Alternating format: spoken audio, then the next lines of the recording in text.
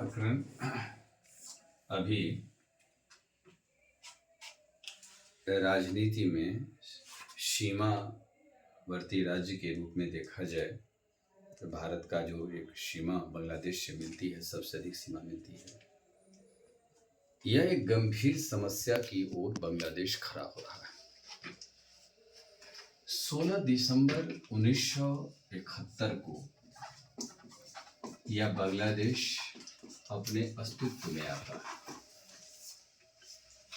और अस्तित्व में यह था नहीं। पहले यह पूर्वी बंगाल का हिस्सा था। जब भारत का विभाजन हुआ तो यह बांग्लादेश पूर्वी बंगाल के रूप में जाना जाता था, जो पाकिस्तान का हिस्सा होता था।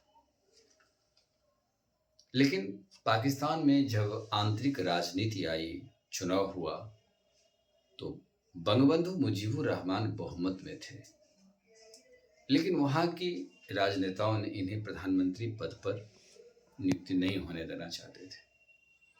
फलतः वो जो पूर्वी बंगाल है यह है, इसको एक आज़ाद कंट्री के रूप में यह घोषणा कर दिया। तो यह बात पाकिस्तान को नागवार गुजरा, आपने अलग कर दिया बांग्लादेश को। तो बांग्लादेश अलग हुआ तो यहाँ जो सबसे अधिक सीमा मिलती है भारत से, यहाँ पर चारों ओर से हम भारत हैं। इसका इधर एक बंगाल की खाड़ी में एक दिशा में जाता है, 3 दिशा में भारत है।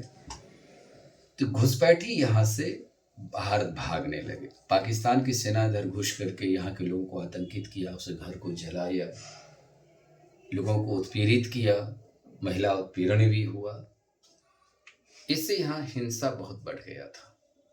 तो जब ये लोग भारत के क्षेत्र में आने लगे तो भारत सरकार को लगा कि हमारी ही समस्या गंभीर है, ये लोग इतना जो आ रहे हैं इसको तो रोकना होगा हमें।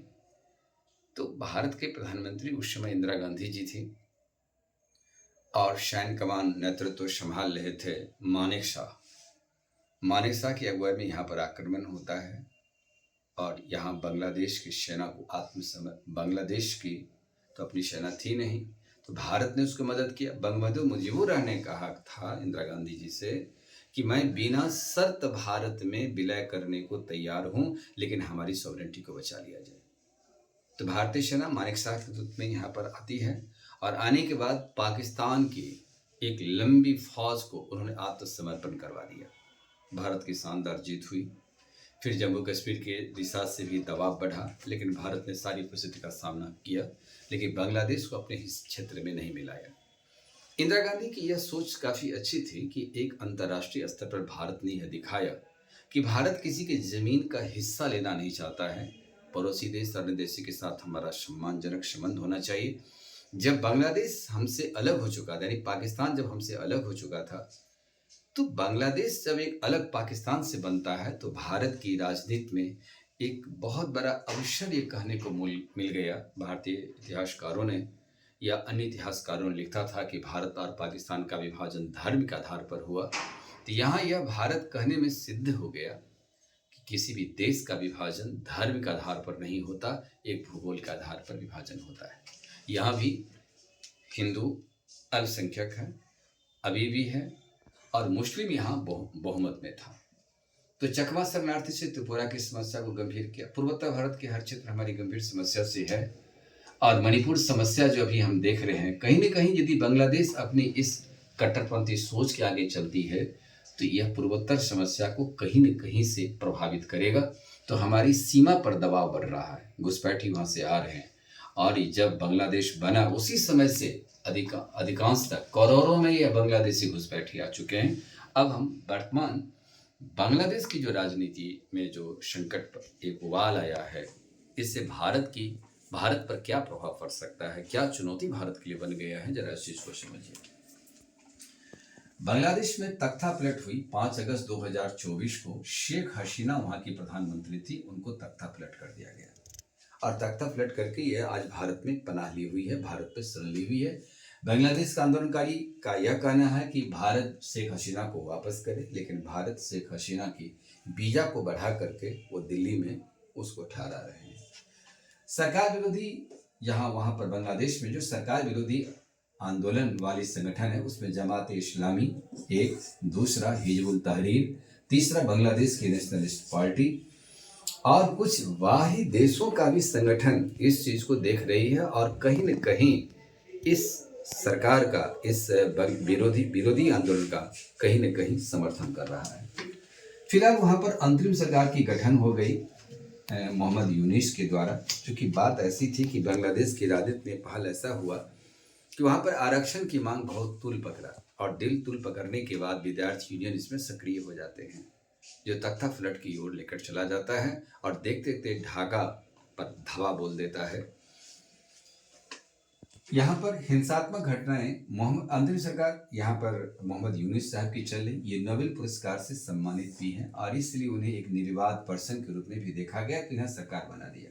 लेकिन यूनिस की अंतरिम सरकार कहीं न कहीं से पाकिस्तान से समर्थन ले रहा है, कहीं न कहीं पाकिस्तान के साथ वो गर्मजोशी से उनकी स्वागत हुई है और गर्मजोशी से उनके प्रधानमंत्री मिले भी हैं। भारतीय विदेश मंत्रालय के अनुसार 8 दिसंबर 2024 तक 2200 घटनाएं हो चुकी है, जिसमें से हिंदू मारे गए हैं या हिंदू संगठन पर हमला हुई है, लेकिन वो प्रभावित हुआ है। अल्पसंख्यक वर्ग जो वहां पर हैं, जो हिंदू समाज आते हैं, वह आवामी लीग को समर्थन कर रहा है। भारत का विदेश सचिव विक्रम मिश्री जी का दौरा हुआ था, जिसमें यूनुस की सरकार से मुलाकात किए, सकारात्मक विचार रही और भारत की बात को उनको समझाने का भी कार्य किया गया कि ये दबाव सीमा पर जो बढ़ रहा है वो सही नहीं है। तो मिश्री जी का भी दबाव रहा, लेकिन कुछ सकारात्मक पहल हुई इस पर। मिश्री जी से बात करने के बाद मोहम्मद यूनिस ने कुछ सकारात्मक पहल किया और हिंसात्मक घटनाओं के संदर्भ में वो रोकने का कुछ कार्य किया कि एक सर्वधर्म संभाव वाला बांग्लादेश है और मैं हिंदुओं को सम्मान करता हूँ। लेकिन जिस तरीका से वहाँ पर साधुओं पर, मंदिरों पर और हिंदू समाज पर हमला हो रहा है, इससे ऐसा लगता है कि पूर्णतः बांग्लादेश अभी तक शांत नहीं हुआ है, क्योंकि कट्टरपंथी सोच अपने आप को बढ़ा रहा। अब इससे भारत की चुनौती यह होगी कि कट्टरपंथी का वर्चस्व बढ़ रहा है। यदि पड़ोसी देश में कट्टरपंथी वर्चस्व बढ़ेगा तो सीमा पर दबाव बढ़ेगी। इसलिए भारत की सीमा रेखा की सुरक्षा बीएसएफ बॉर्डर सिक्योरिटी फोर्स कर रही है और बॉर्डर सिक्योरिटी फोर्स को और भी तादाद को बढ़ाना पड़ेगा ताकि सीमा की सुरक्षा दे सके। जमात इस्लामी पर जो प्रतिबंध लगाया गया था, जो पूर्व की सरकार जो तख्ता पलट का शिकार हुई शेख हसीना जी, उस जमात इस्लाम पर प्रतिबंधित किया था, उस सभी नेताओं को रिहा कर दिया गया। यह सरकार, वर्तमान यूनिस की सरकार ने रिहा कर दिया। तो यह भी एक कट्टरपंथी सोच को आगे बढ़ाएगा। हिजबुल तहरीर एक ऐसी संगठन वहां पर काम कर रहा है जो खलीफा साम्राज्य की स्थापना पर बल दे रहा है। चीन के साथ भारत की वजह से बेहतर संबंध नहीं होने के कारण चीन जो है वो बेल्ट एंड रोड इनिशिएटिव योजना बना रही है, उसका योजना भी आगे बढ़ रहा है। बांग्लादेश चीन से हथियार खरीद रहा है, तो ये हथियार कहीं न कहीं से वो कहाँ इस्तेमाल करेगा, जबकि 3 ओर से भारत घिरा हुआ है। तो ये भारत के लिए काफी एक सरदर्द बन सकता है। दूसरा चीज है वो पाकिस्तान के साथ भी संबंध को बढ़ा रहा है। अब यहाँ देखिए, पाकिस्तान सीधे सीधे तो नहीं, लेकिन ये समुद्री मार्ग के द्वारा ये बांग्लादेश को अपने सामान पहुंचा रहा है, जो उस मार्ग से कभी वह सामान नहीं पहुंचाने का कार्य किया, अब ये क्यों पहुंचा रहे हैं, ये तो एक चिंता का विषय है कि कहीं न कहीं पाकिस्तान भी इसका समर्थन कर रहा है। तो पाकिस्तान, बांग्लादेश और चीन, ये तीनों भारत का एक विरोधी राष्ट्र के रूप में है और तीनों का ध्रुवीकरण बन रहा है। ये तीनों का ध्रुवीकरण बढ़ेगा तो निश्चित है कि भारतीय संप्रभुता पर कभी न कभी आंच आ सकता है।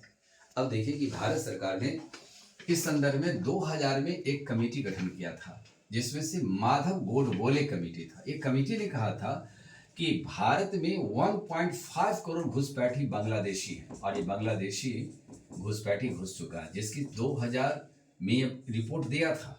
अब उसकी संख्या 3 से 4 करोड़ के आसपास है।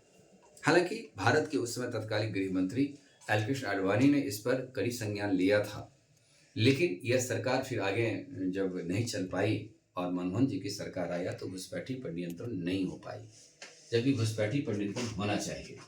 अब ये 1.5 करोड़ 2000 में था, अब एक अनुमान है कि बांग्लादेशी घुसपैठी भारत में 3 से 4 करोड़ के आसपास तक ये आंकड़े में आ गए होंगे, क्योंकि उसकी आबादी बड़ी है।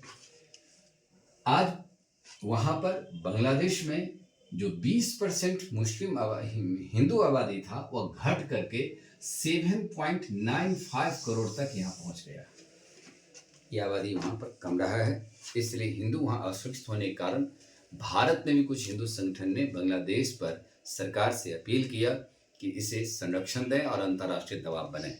भारत सरकार का यह प्रयास करनी चाहिए कि अंतर्राष्ट्रीय दबाव बनाया जाए। बांग्लादेश यह कहता है कि कट्टरपंथियों का कहना है कि यह हमारा आंतरिक मामला है, इसे भारत दखलंदाजी न दे, चूंकि हमारे बर्खास्त प्रधानमंत्री को पनाह दे रहे हैं। दूसरा, हम जो यहाँ पर यदि दंगा हो रहा है तो ये हमारी आंतरिक मामला है। ये आंतरिक मामला कभी नहीं हो सकता है कि जब किसी भी एक मुस्लिम समाज के भीतर की कोई घटना घटती है तो पूरा विश्व चिंतित होता है। तो हिंदू समाज के भीतर भी यदि कोई घटना घटता है इस प्रकार सामुदायिक हिंसा को, तो पूरे विश्व को भी चिंता का सबब बनाना चाहिए और भारत की अंतर्राष्ट्रीय राजनीति में कूटनीति बेहतर होने के कारण यह दबाव बना सकता है। भारत के प्रधानमंत्री नरेंद्र दामोदर मोदी जब अमेरिका की यात्रा पर गए थे तो इस प्रकार का बांग्लादेश के मुद्दा को भी उन्होंने साझा किया डोनाल्ड ट्रंप वहां के राष्ट्रपति से। इसमें उन्हें अपेक्षित आश्वासन का भी एक आधार बना। उसके बाद से बांग्लादेश में कुछ नर्म रुख देखा जा रहा है।